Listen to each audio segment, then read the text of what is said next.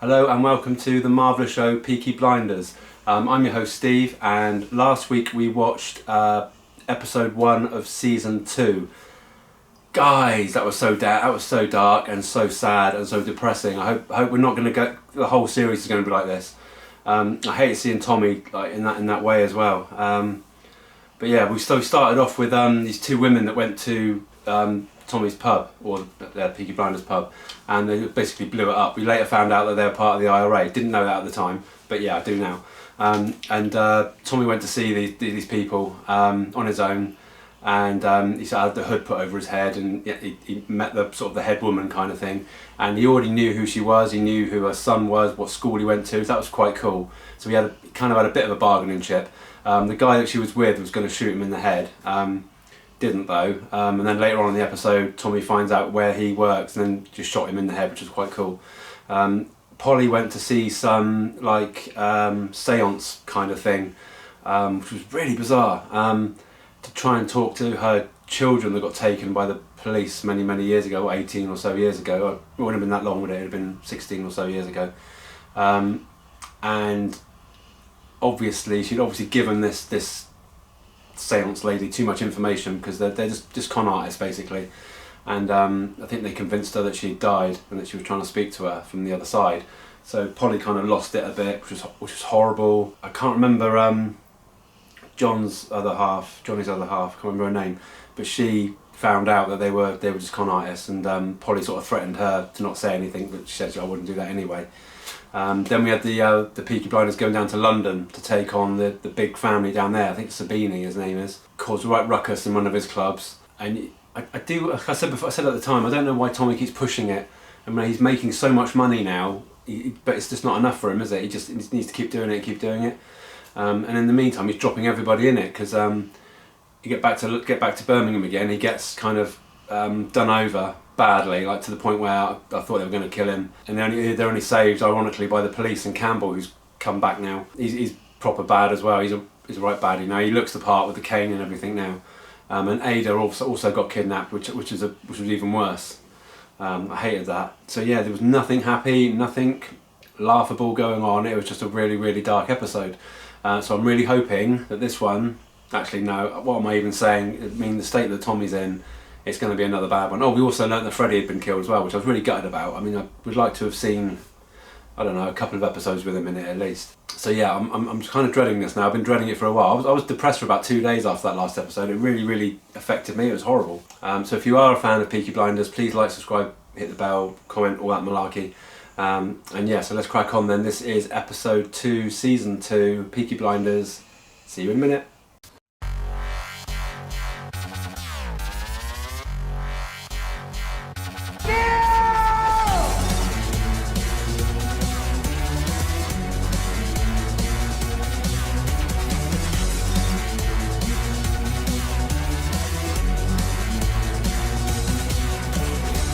There are no men like me.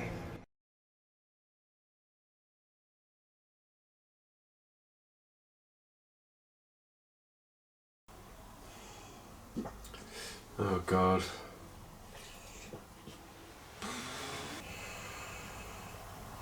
Tom Hardy. Whoa. We went with Tommy for Peaky Blinders. My name is not Shelby! So that's a bit of good news already. I'm already happier. Are you not gonna thank me for saving your life?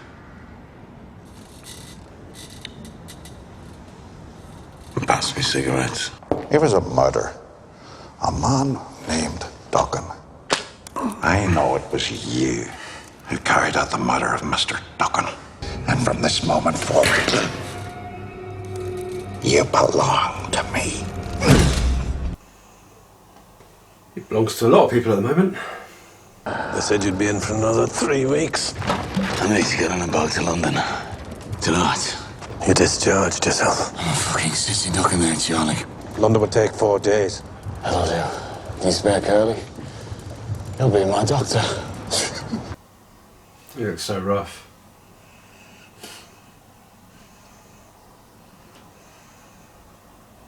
Where are we? Heathrow. One more day and we'll be there. If he's spotted, he's had it, isn't he? Oh, you're a brave lad, ain't you? You want to take a look at my bakery? That's Tom Hardy. I came here to discuss business with you, Mr. Solomons. We joined forces. Fuck off. No. Categorical. I know what I'm saying makes you angry, but I'm offering you a solution. You're the bloke who shot Billy Kimball, right? I can offer you 100 good men, all with weapons, and a new relationship with the police.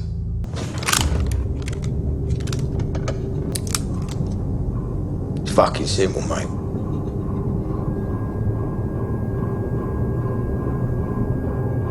Tell us your plan.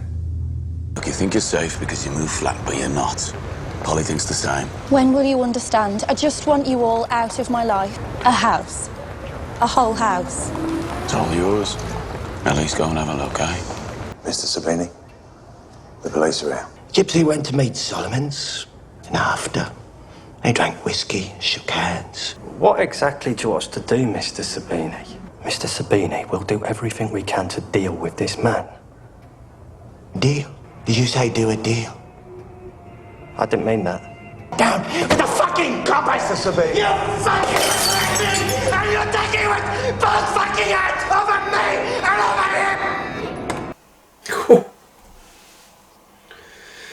Oh, he's a nice guy, isn't he? How do you know it's my birthday? Nobody ever knows. Ah, it's different this year. John, Finn, bring the car round. We bought her a house as well. This is ours. No, Polly. This is yours. I've spoken to our contacts in the police. They have contacts in the council, and they have contacts with the people who keep the parish records. Records of adoptions. I'm going to find your son and daughter, and I'm going to bring him home. Oh my god. It's got shivers then. Why do I think that's just not going to happen? This episode's been way too happy. Silence at last. Bang, bang, bang. This came for you today. It's all the way from America, New York, somewhere called Poughkeepsie. Dear Mr. Churchill. Oh. Is your pencil broken? No. Mr. Churchill, you should know that I am a former British soldier. My sacrifice in service of my country will no doubt once again be great. Oh dear. He has asked that the Colonial Office grant him an Empire export license. We will be asking this man to carry out an assassination on behalf of the Crown. Once more risking his life. It's not... Mrs. Johnson? Is this Dr. Yes? Why are you here in person?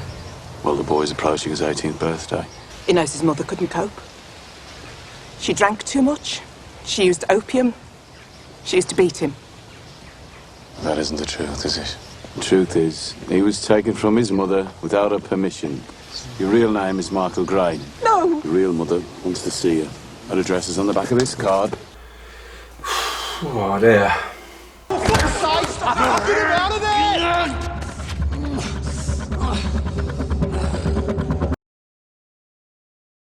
Crap. Is he getting worse? I spoke to the doctor. He said the kid probably had a weak heart. We'll look after his mother. I thought you were all right. Yeah, well, I don't think I am. Just fuck off. You think I haven't got enough on? Stop it. Arthur, you think I haven't got enough on? Stop it. The war is done. I know fucking you. Everyone fucking knows it. God. Take a long, hard, fucking look at yourself. He is losing it. How much is Thomas Shelby paying you in bribes per week? See? But as of this moment, you are now back on the side of the angels. Polly, these are the files for Michael and Anna Gray. What you saw in your dreams Oh no. was right. Oh man. Your daughter is dead. But Paul, Michael is alive. I know where he lives. I went there. Just tell me where he is, Tommy. Oh dear. Polly, You just tell me where he is, Thomas. pulling the gun is what I can't tell you. You're gonna have to wait till he's 18, till he's old enough to make his own decision. You tell me where he is! If you shoot me, you'll never know. Holy shit! This has got disaster written all over it, isn't it? This opening thing. Told you to go on. It's called Tokyo. Well, probably not the best thing for him to have, really. Oh my god. Tokyo. It's fuel for ISIS, eh? He's going to become a drug addict now, isn't he? You just know it. He's going to get hooked on that now. Something's going to go wrong here, though. Oh, I'm still thinking of her.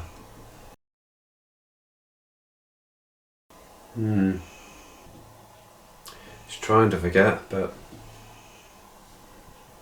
it's not going to work. So what do you want me to say to her? Just talk to her. I've got a horrible feeling Polly's going to lose her shit. My love. Oh, the tension, Pleasure I hate hasn't it. even begun. Feeling a bit rough now, actually. I'm looking for someone called Elizabeth Gray. I was told she lived here at number 17. Oh my god. I think she might be my mother.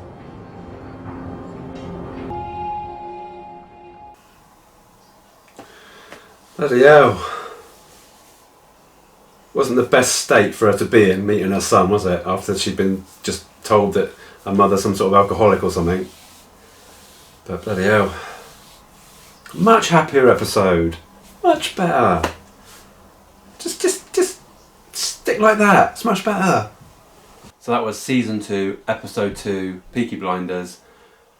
So much better than the first one. It was nowhere near as depressing. Yeah, there were some sad bits in it, but it was outweighed by the really cool stuff. Right at the beginning, we saw sort of Ada, where she'd just been, where we kind of see Tommy being sort of pulled along on a stretcher to the hospital, and then we saw Ada in the back of a car, but she just got, or rather that her kidnappers got ambushed by part of the Peaky Blinders, and they sort of just shot them basically and took her and got her. So that was good. That's a good start. So I was already a bit happier there.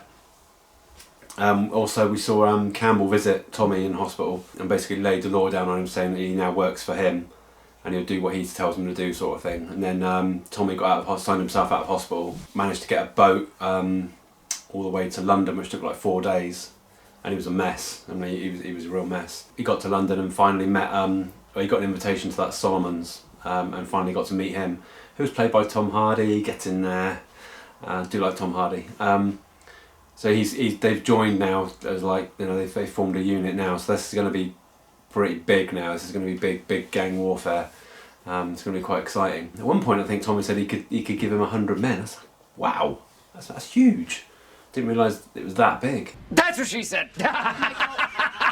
He also met up with Ada in London and bought a massive house, which was really cool. Got a feeling that's going to end badly though. I thought it was going to end badly at the time actually, but it didn't. But I got a horrible feeling. Everything I see now that's good, I think something bad's going to happen. Tommy also sends a letter to Churchill, which was brilliant. Basically, it was brilliant because Campbell was in the room when Churchill was reading it, and basically the letter was basically saying that he'd fought for, he'd saved so many lives, he got all these medals and stuff like that. And he basically was applying for, I think, like an international license so that he could deliver goods internationally. And Churchill's made Campbell promise that he's going to let him do it. And up until the point, I think what it is, they're going to get him to assassinate someone by the sounds of it. Also, Tommy found out that Polly's daughter has actually died, which was really sad. But he's also found out that her son's alive. He actually went to see her son. And gave him a note to say where his real mother lives. And then right at the end, obviously Polly lost her shit. He pulled a gun on Tommy to get the information out of him, and he refused. Then right at the very last scene, Polly gets back home after a bit of a banging night out, and her son has stood there, and brilliant. I love that, but I'm still dreading it. I think something's going to happen to him. I really do. I already think it's going to end badly. I guess we'll see. But yeah, that was a much better episode for me personally. Not as I won't feel bad about this one tomorrow. You know, it was really good. I really enjoyed that. So yeah. Anyway, if you're a fan of Peaky Blinders, please like, subscribe, comment, hit the bell, all that malarkey, all that done. And yeah, much happier now. Much happier Steve today. And yeah, I'll see you next time in episode 3. And yeah, see you soon. Take care of yourselves. Stay safe. Bye.